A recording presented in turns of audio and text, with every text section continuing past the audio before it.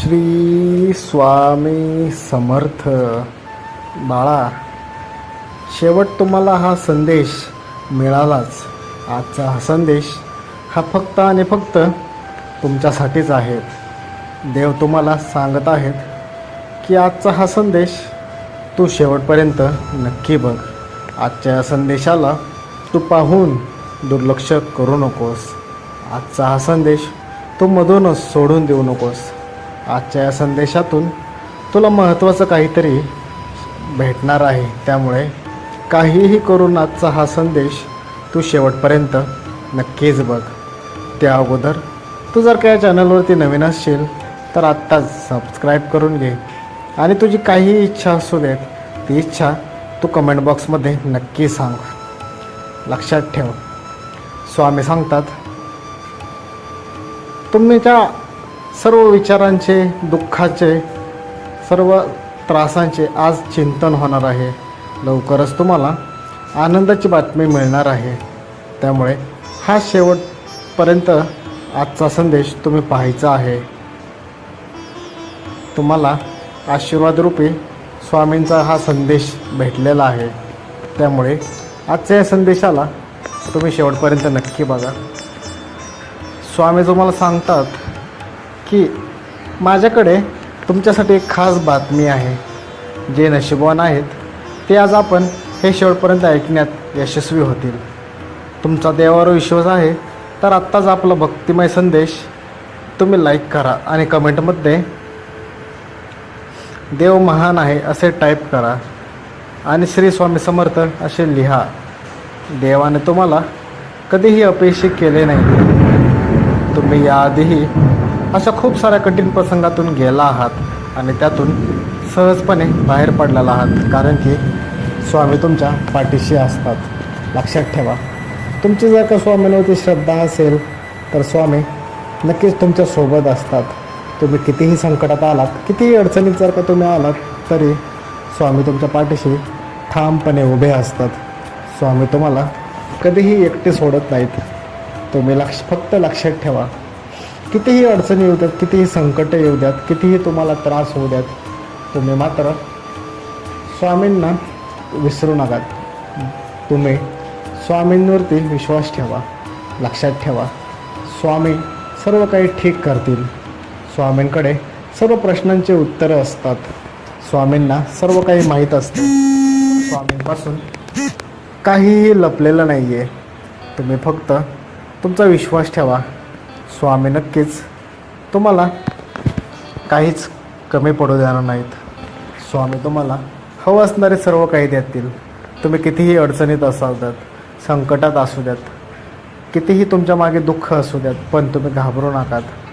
तुम्हाला नक्कीच त्या दुःखातून, त्या संकटातून बाहेर निघण्याचा मार्ग सापडेल. स्वामी तुम्हाला नक्कीच त्यातून बाहेर काढण्याचा मार्ग दाखवतील. तुम्ही फक्त स्वामींवरती विश्वास ठेवा आणि काहीही झाले तरी घाबरू नका. लक्षात ठेवा, आपण एखाद्या संकटात सापडलो, दुःखात सापडलो तर आपण लगेच घाबरून जातो आणि मग ते दुःख अजून जास्त वाढते.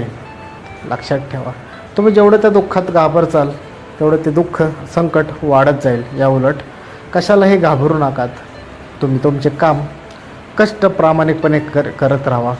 लक्षात ठेवा, दुःख किती जरी मोठे असले, संकट किती जरी मोठे असले तरी आपल्याला त्यातून बाहेर निघण्याचा मार्ग हा सापडतच असतो. आपल्याला फक्त तो मार्ग शोधता आला पाहिजे. लक्षात ठेवा, तुम्ही जोपर्यंत संकटाला सामोरे जात नाहीत तोपर्यंत त्याच्यातून बाहेर निघण्याचा मार्ग आपल्याला सापडत नाही. त्यामुळे संकटांना कधीही घाबरू नका. संकटाला एक नवीन काहीतरी शिकण्याची संधी म्हणून बघा. आपल्याला प्रत्येक संकट आपल्याला काही ना काहीतरी शिकवतच असते. संकटामध्ये कसे वागायचे, कसे निर्णय घ्यायचे हे आपल्याला शिकता येत असते. त्यामुळे संकट हे आपल्याला नवीन काहीतरी शिकण्याची संधी असते. त्यामुळे कोणत्याही संकटाला पाहून तुम्ही घाबरू नका. संकटाकडे तुम्ही एक संधी म्हणून पाहायला शिका. एक अशी संधी, एक नवीन संधी ज्यातून आपल्याला नवीन काहीतरी शिकायला मिळेल असे समजा. लक्षात ठेवा, संकट हे प्रत्येक व्यक्तीच्या आयुष्यात येतच असतात, पण आपण त्यातून कसे मार्ग काढतो, कसं सामोरे जातो यावरती सर्व काही अवलंबून असते.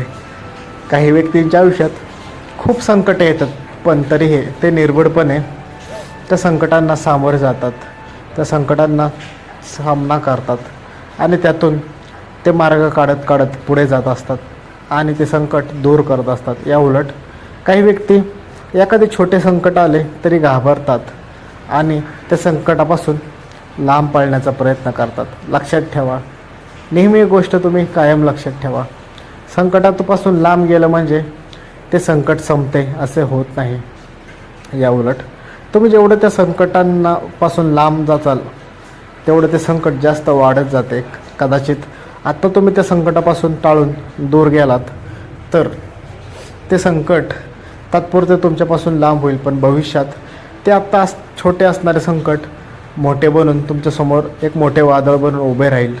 त्यावेळेस ते कदाचित संकट एवढे मोठे होऊन जाईल की तुम्हाला त्यातून बाहेर पडण्यासाठी खूप कष्ट घ्यावे लागतील, खूप वेळ निघून जाईल. त्यासाठी संकट किती का असाना त्याला पाहून बागे सरायचे नाही, तर या उलट संकटाला जिद्दीने भक्कमपणे सामोरे जायचे. संकटातून मार्ग शोधायचा असतो. संकटातून जेव्हा आपण एखाद्या संकटाला सामोरं जातो तेव्हा आपल्याला नक्कीच त्यातून मार्ग हा निघतच असतो. आपल्याला फक्त तो मार्ग शोधता आला पाहिजे. तुम्ही पण नेहमी लक्षात ठेवा, संकटाला संकट म्हणून नाही तर एक काही नवीन शिकण्याची संधी म्हणून बघा. एक अशी गोष्ट की जी आपल्याला संकटामधून बाहेर निघण्यात मदत करेल. त्या गोष्टी तुम्हाला या काळात समजून जातील. संकटामध्ये आपलं कोण आणि परकं कोण याची जाणीव आपल्याला होते. संकटामध्ये आणि आपल्या वाईट काळामध्ये आपण काय चुका केलेल्या आहेत याची आपल्याला समज होते आणि भविष्यात आपण ती चुका टाळू शकतो. त्यामुळे नेहमी लक्षात ठेवा, संकटाला संकट म्हणून नाही तर नवीन काहीतरी शिकण्याची एक संधी बघून बघा. मग बघा, तुम्हाला संकट हे जास्त फार मोठे वाटणारच नाही. तुम्ही त्या संकटातून सहज मार्ग काढू शकताल. त्यामुळे नेहमी लक्षात ठेवा, संकटाला कधीही घाबरून जाऊ नका. या उलट संकटाला तुम्ही भक्कमपणे ठामपणे सामोरे जावा. संकटातून मार्ग काढा. संकटच आपल्या आयुष्यात हे ये जा करत असतातच, पण आपण त्याला कसे सामोरे जातो यावर सर्व काही असते. लक्षात ठेवा, श्रीमंत व्यक्ती असो नाही तर गरीब व्यक्ती असो, प्रत्येकाच्या आयुष्यात काही ना काहीतरी दुःख आणि संकटे हे येतच असतात, पण आपण त्याला कसे सामोरे जातो यावरती सर्व काही अवलंबून असते. त्यामुळे तुम्हीसुद्धा लक्षात ठेवा, संकट हे फार काळ टिकत नाहीत. फक्त आपल्याला त्याला नीट सांभाळता आले पाहिजे, नीट हाताळता आले पाहिजे. ज्या व्यक्तीला संकटामध्ये कसे बोलायचे, वागायचे आणि संकटातून कसे मार्ग काढायचा हे अवगत झालेले असते, तो व्यक्ती आयुष्यात कितीही संकट आले, कितीही दुःख आले तरी कशाची पर्वा करत घाबरत नाही. तो त्या संकटातून सहज मार्ग काढून बाहेर निघतो. त्यामुळे तुम्ही पण ध्यानात ठेवा, संकट किती आली तरी घाबरू नका. या उलट संकटाला एक संधी म्हणून पाहायला शिका. आयुष्यात नक्कीच तुम्ही यशस्वी होचाल. श्री स्वामी समर्थ.